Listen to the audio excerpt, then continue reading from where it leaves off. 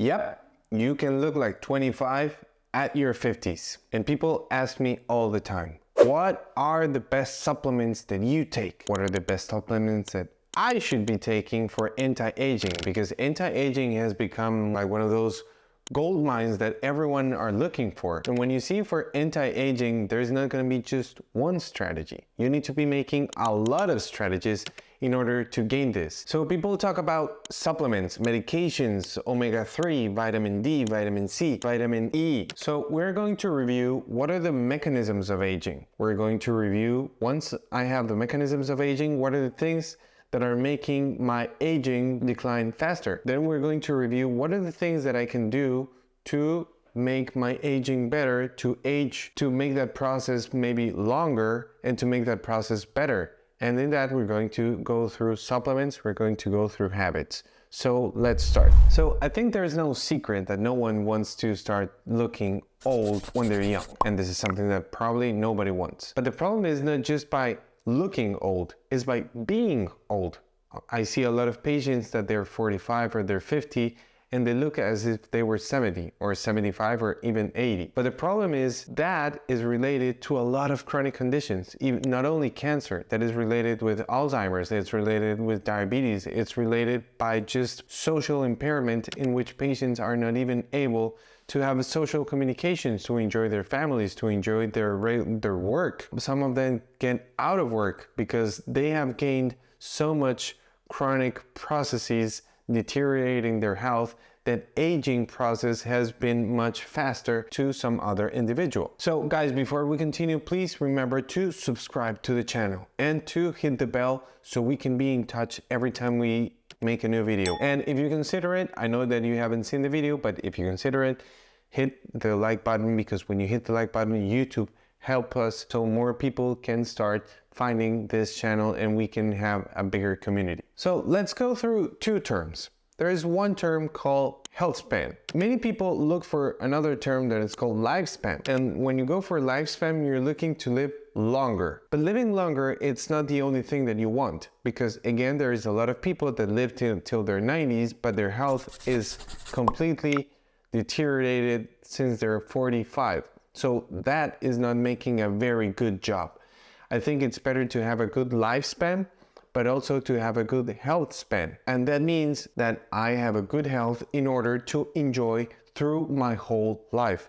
Although, and of course, it's going to decline in a moment and we're all going to die, it's better to have a good lifespan with a good health span. And what are the things, and for me, having a good anti-aging process is when we're young for more time, not to be old for more time. When we're young for more time, when we are 90 and we can still get up from the chair, have our daily duties, enjoy life, remember things, for me, that is having a good age and that is having a good anti-aging process. So let's go into ourselves and let's go into our body and remember which are the things that make this aging process be faster or slower. So the first thing is when we have chronic oxidative stress, when we have more free radicals in our bloodstream, and with the balance of antioxidants, if I have more free radicals and less amount of antioxidants, I have lost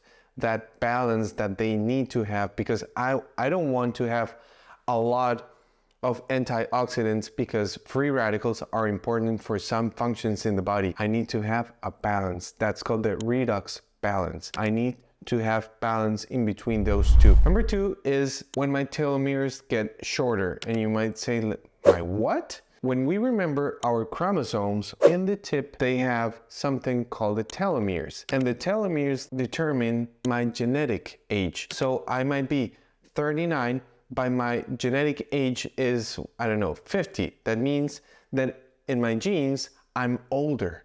Or I could be the contrary. There are a lot of people right now measuring their telomeres and they say, well, I'm 39 or I'm 38 or I'm 45 or whatever the age, but my telomeres show that I'm, I don't know, 29. So in my genes, I'm younger than my biological age. So the telomeres, the shortening of the telomeres, it's something that is one of the things that show that a person is aging faster at a normal pace or slower. Number 3 is cellular senescence. And this is something that is very important, especially in our immune system, because our immune system ages too. When we have an immune system that ages faster, which is called immunosenescence, when we have an immune system that ages faster, the capacity of the immune system to respond to infections is going to be lower. But also, the capacity of the immune system to respond to the appearance of tumors, of cancers, it's going to be lower.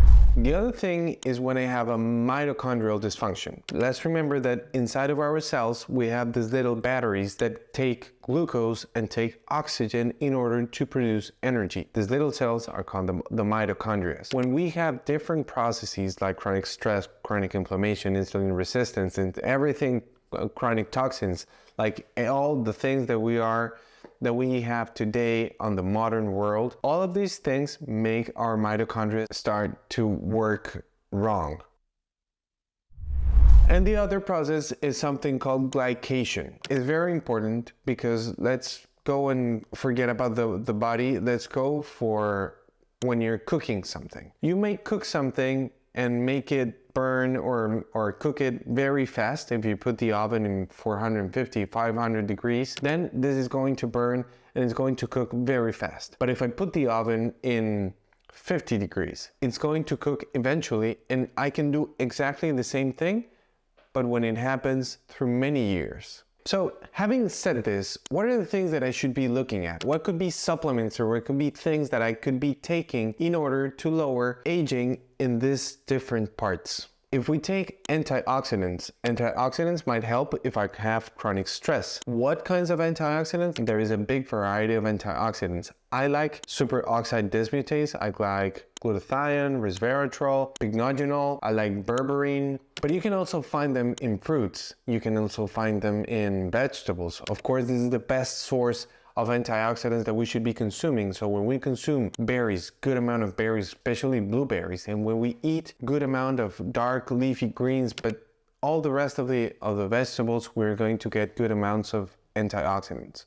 Of course, omega-3 has been largely studied of the benefits that it has in our immune system, lowering inflammation, controlling free radicals, so good amounts of omega-3 that could come from a supplement or they could come naturally, occurring in fish like salmon or tuna or sardines. Some polyphenols like the ones that we find in green tea, in coffee, in chocolate that have antioxidant properties and anti-inflammatory properties, and in that way, of course, they're going to help also to control our immune system. Vitamin D is also very important for controlling bone health, immune health, metabolic health, for controlling inflammation, so it's very good. Some of the B vitamins can help in a very wide variety of processes for aging, for antioxidants, for DNA repair, for DNA damage, and zinc, which is a mineral, has also been very studied. There are a wide variety of articles showing the importance of zinc in our inflammation and in aging. And let's remember that zinc